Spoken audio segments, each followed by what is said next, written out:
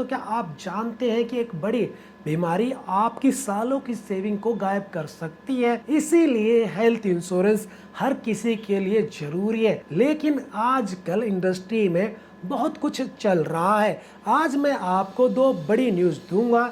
एक तो जीएसटी गायब हो गया है और दूसरी हॉस्पिटल और कंपनियों के बीच की लड़ाई खत्म हो गई है। इस वीडियो में मैं आपको बताऊंगा कि आपको 25 लाख का कवर क्यों लेना चाहिए और इंश्योरेंस खरीदने से पहले आपको 5 सबसे जरूरी बातें कौन सी देखनी है। तो दोस्तों, यह वीडियो आपकी फाइनेंशियल सेहत के लिए बहुत जरूरी है।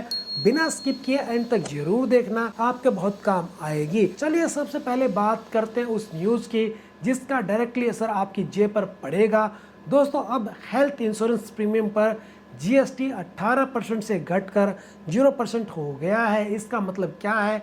अगर आप पहले 30,000 का प्रीमियम भरते थे तो अब आपको लगभग 4,500 रुपये कम देने पड़ेंगे। यह एक बहुत बड़ी बचत है और ज़्यादातर कंपनियां इसका सीधा फायदा कस्टमर को दे रही हैं। पिछले कुछ महीनों में मैक्स जैसे बड़े प्राइवेट हॉस्पिटल में कई कंपनियां जैसे नीवा, भूपा, स्टार इंश्योरेंस ने कैशलेस ट्रीटमेंट बंद कर दिए थे।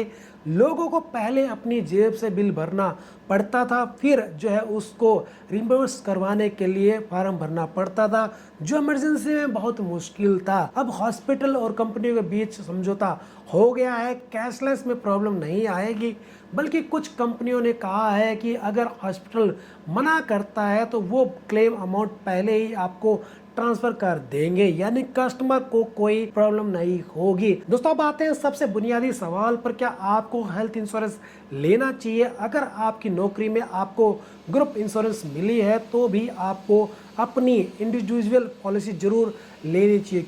क्योंकि ग्रुप पॉलिसी अक्सर काफ़ी नई होती है, उसमें कई सारी बीमारियां कवर नहीं होती और सबसे ज़रूरी बात, जब आप जॉब छोड़ते हो या रिटायर होते हो तो वह पॉलिसी खत्म हो जाती है। इसलिए फिट रहते हुए अपनी पॉलिसी ले लो ताकि बाद में कोई प्रॉब्लम ना हो। फैमिली फ्लोटर लें अगर घर में सब लोग हेल्दी हैं और सबसे बड़े सदस्य की एज जो है 60 साल से कम है। लेकिन अगर परिवार में किसी एक मेंबर को कोई सीरियस बीमारी या डिजीज है तो उस मेंबर के लिए अलग से इंडिविजुअल पॉलिसी लो।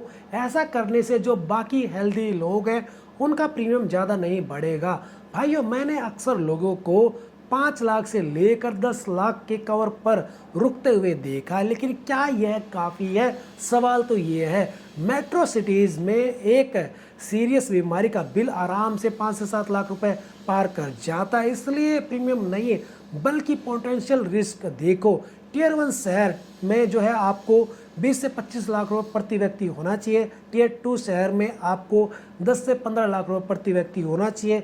बहुत लोग एक छोटा बेस प्लान लेकर ऊपर से बड़ा टॉपअप ले लेते हैं। टॉपअप से बेहतर सुपर टॉपअप होता है जिसमें डिडक्टेबल वह राशि जो आप पहले खुद पे करते हैं सिर्फ एक बार जो है लागू होती है, हर बार नहीं। लेकिन मेरी सलाह है कि आप बीपी या डायबिटीज जैसी प्री एग्जिस्टिंग बीमारियों के लिए कम बेस प्लान प्लस टॉपअप लेने से अच्छा है कि आप एक अच्छा बेस प्लान लो।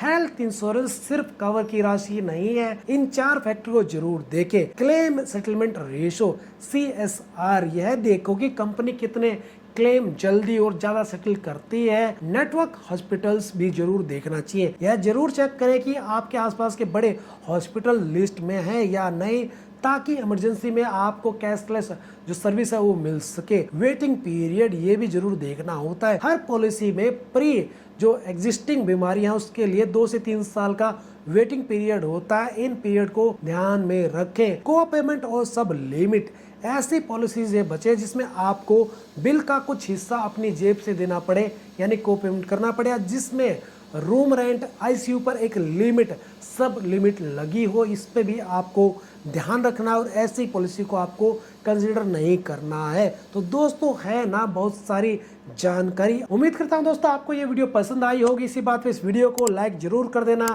इस वीडियो को अपने दोस्तों के साथ शेयर जरूर कर देना और ऐसी और जानकारी देखने के लिए सब्सक्राइब बटन दबाकर चैनल को सब्सक्राइब भी जरूर कर देना।